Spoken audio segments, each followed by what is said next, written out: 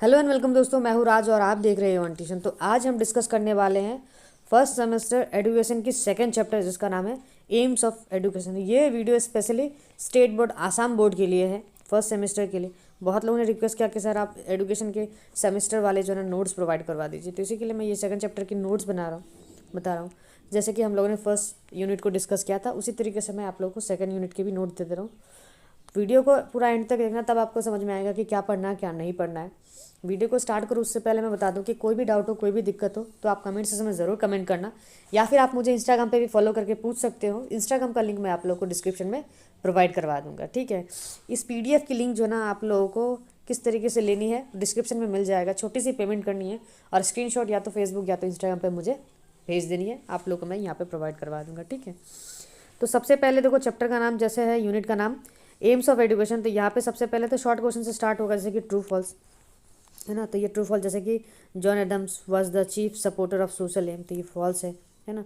ये सब सारे आंसर जो है ना हम लोग यहाँ पे दे रखे हैं। यहाँ पे जैसे Adam was not supporter of individual aim of education, तो ये फॉल्स है। There is no relation between individual and social aim, तो फॉल्स है। Rousseau was the supporter of individualism aim, तो ये ट्रू है।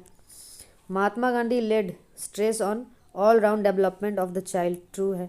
The author of democracy and education was sir Percy Nunn, तो ये फॉल्स है। Liberal aim of education has been put forward against the extreme mechanistic concept of life, ये true है। Mahatma Gandhi was the not supporter of vocational aim, तो ये भी false है। Vocational education is suitable for person with lower intelligence, ये true है।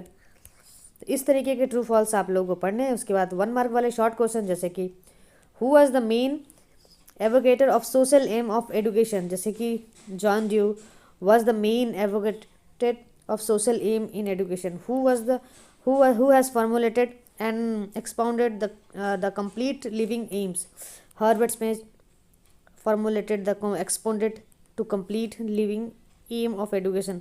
Who was the chief supporter of individual aim of education, तो ये सर कौन था, पर्सी ने।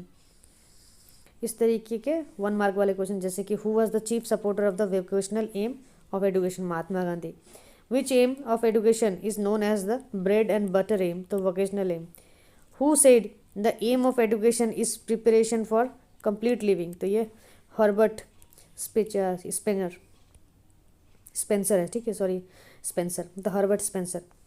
Right down one difference between individual and social aim, तो यहाँ पे आंसर सारे जो ना वो दे रखे हैं हमने 1 मार्क वाले क्वेश्चंस और के answers. Write one merit of social aims and social aim of education. उसके बाद what do you mean by vocational aim of education, write down one merit of vocational aim. तो ये सब सारे जो है ना 1 मार्क वाले क्वेश्चंस है।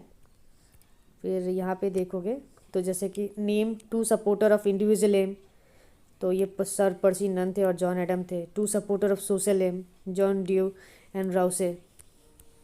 What do you mean by democracy in education, democracy in education का मतलब क्या है, तो democracy in education means that education is the birth right of all individual, no distinction between be made while providing education to the child.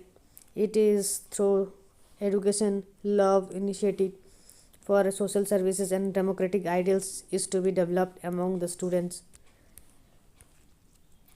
Mention 2 objectives of education according to Kothari commission, जैसे कि class 12 में आप लोगों ने पढ़ा था Kothari commission के बारे में। Mention 2 objectives of education according to national policies of education 1986. What do you mean by an aim of education? Give the concept of harmonization development as an aim of education.